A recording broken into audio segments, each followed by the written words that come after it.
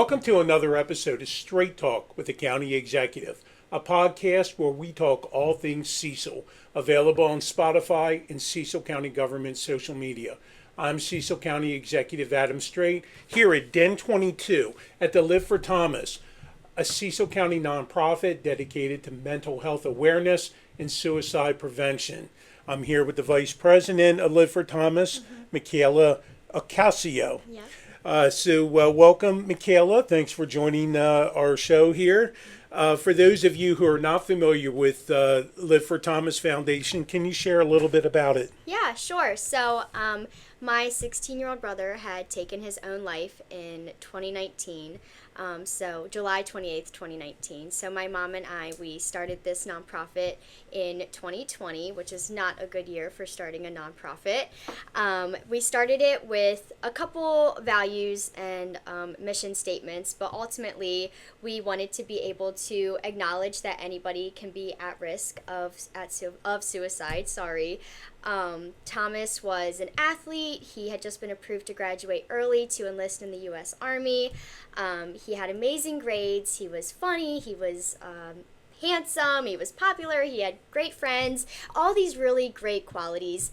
And in our journey, our grief journey, we've met a lot of other people who have lost people, their loved ones, who had characteristics very similar to Thomas. So when we think about suicide and those that are going to take their lives, it's usually a certain stereotype, and Thomas didn't fit that, and a lot of these other people who have lost their loved ones, they didn't fit that either. So we just we want to acknowledge that anybody can be at risk of suicide.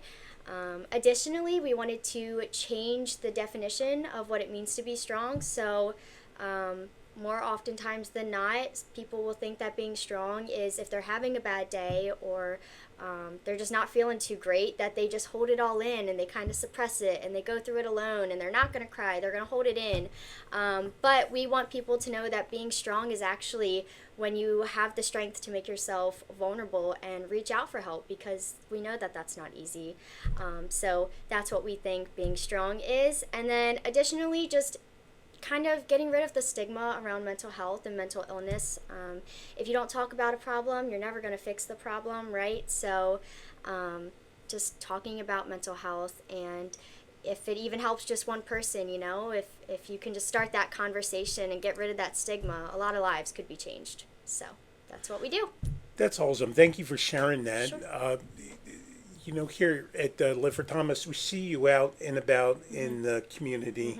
And we know that you're very, very active. What are some of the services that you provide here? Yeah, so we're sitting in one of them. So this is Den 22. This is Den 22, right? This is Den 22, yep. And it's geared for ages 12 through 24, so they can come in, decompress, receive peer support or crisis intervention if needed.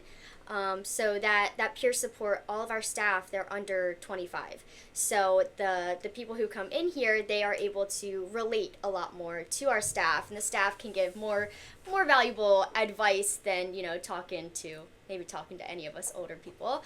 And then they also have crisis intervention. So if they are in crisis, we're able to connect them with support immediately, or if they just weren't having a great day, they can come in and take advantage of some of our other programs and services that we offer in here. So we have, we host different activities. So we have different baking nights, we do fishing, bonfires, we have arts and crafts and movie nights, just a variety of things. And really what it is, it's to introduce everybody to coping skills, right? So that's a little bit about what the Den does. And you have a lot of volunteers that come and help with it. Yep, right? we have some great volunteers that help run this, and our staff is super amazing as well. So yeah.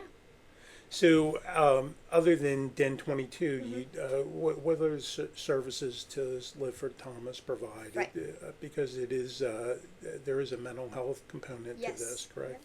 Yeah, so we do various trainings with different professionals and stuff throughout the county. We also do mental health awareness talks in the high schools in Cecil County and Harford County.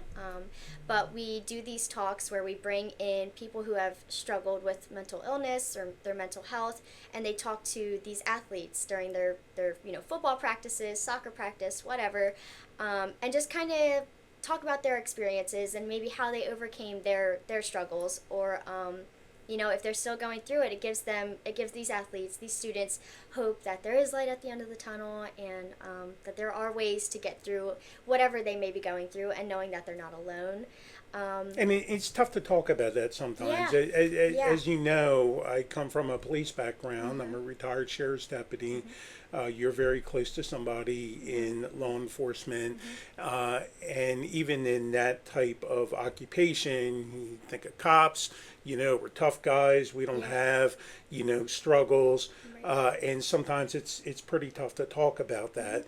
And if it's tough for, you know, people in public safety, tough guys to talk about, I can only imagine what it's like for kids in middle school, high school, college, you know, even in elementary school. We start to see the beginnings of this. So how do you go about getting people to trust you and break out of their shells so that they can get the coping skills that they need for mental health? Yeah, I think a lot of it goes back to being able to start that conversation and being able to make yourself vulnerable, and sharing your own story. A lot of the time, if you share your own story, people will open up to you as well. When we go and do our outreach events, or you know, Sunfest, just whatever, when we do these outreach events, people will come up to us and say, I lost so-and-so to suicide as well.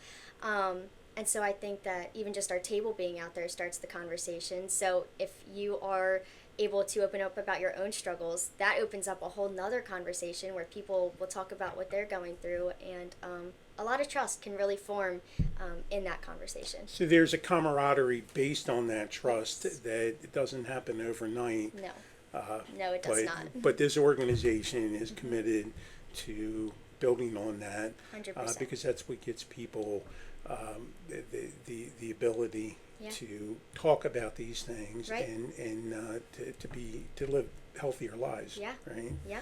So if people want to get involved in LiveForThomas, Den 22, how do they go about doing that? Yeah, so we're always looking for volunteers. You know, we are a nonprofit, so we really value our volunteers. Huge shout out to our volunteers. Actually, they help us do what we do, and we couldn't do it without them. If you are interested in volunteering, you can email me at Michaela@liveforthomas.org. And yeah, we would love to have you. All right. Well, Michaela, thank you very much for joining us. Thank you for what you do.